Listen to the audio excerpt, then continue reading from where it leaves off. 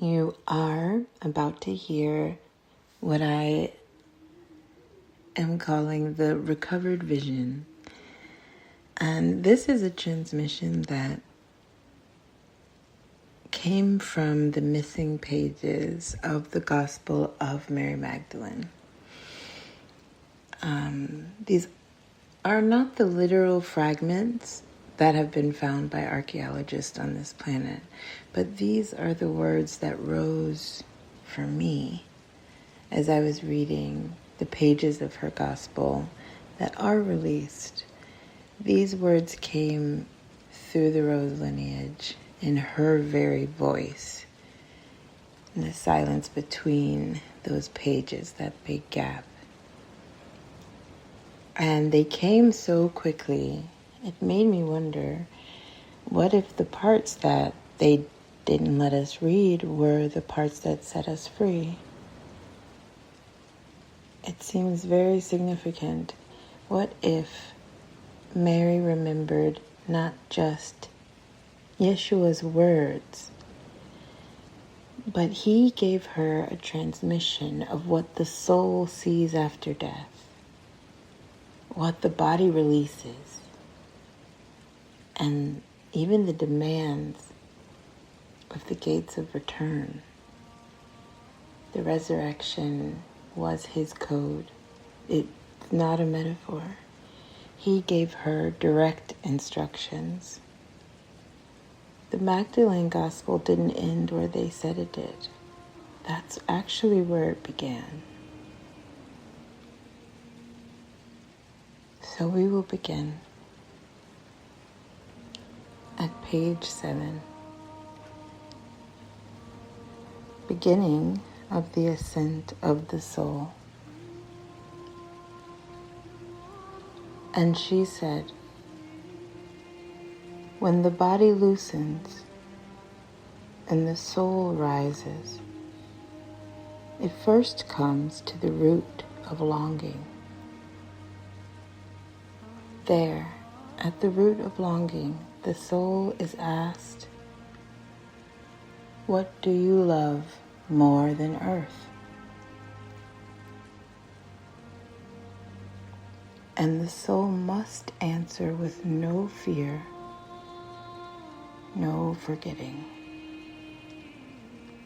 For if it clings to the scent of earth more than the breath of the beloved,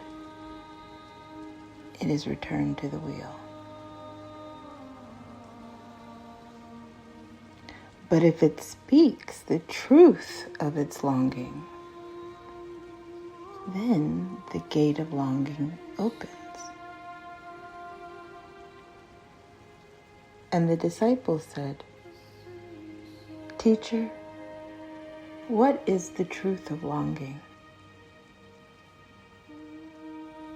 She replied,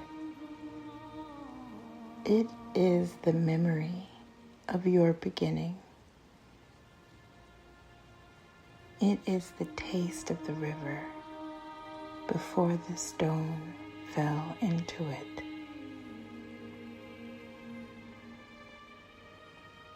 And Mary spoke, saying, after the root of longing, the soul comes to the power of confusion. This one is thick with lies and voices. It says, who are you to rise? It places the masks of your former selves before your eyes. And the soul must walk blind through that place, trusting only the silent music it hears in its chest. And Peter asked, but if the soul cannot see, how shall it walk? She answered, it does not walk with sight. It walks with remembrance. It walks by the steps it laid before it was born.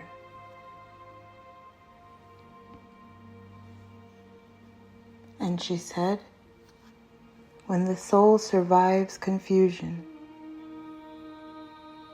it comes to the power of binding.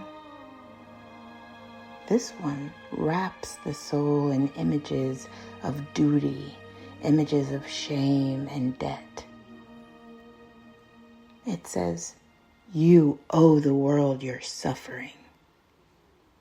You owe the fathers your silence. And if the soul believes this, it falls back down, heavier than before. But if it calls out the true name, the name only spoken between it and the living light, then the chains dissolve like mist before the morning.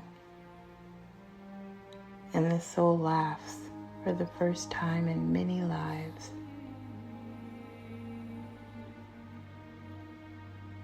And Mary said, the final gate is silence. There are no questions asked there, no challenge given. It is the very field before the great homecoming.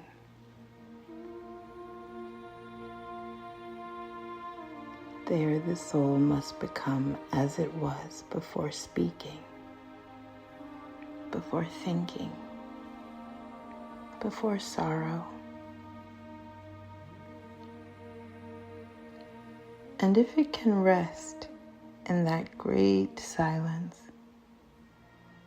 it passes beyond the world of the rulers and enters the arms of the one who has no name, the one who cannot be named. And she wept as she spoke these things, for she remembered the sweetness of the final shore. And the disciples were silent with her, for they too remembered, though they knew not from where.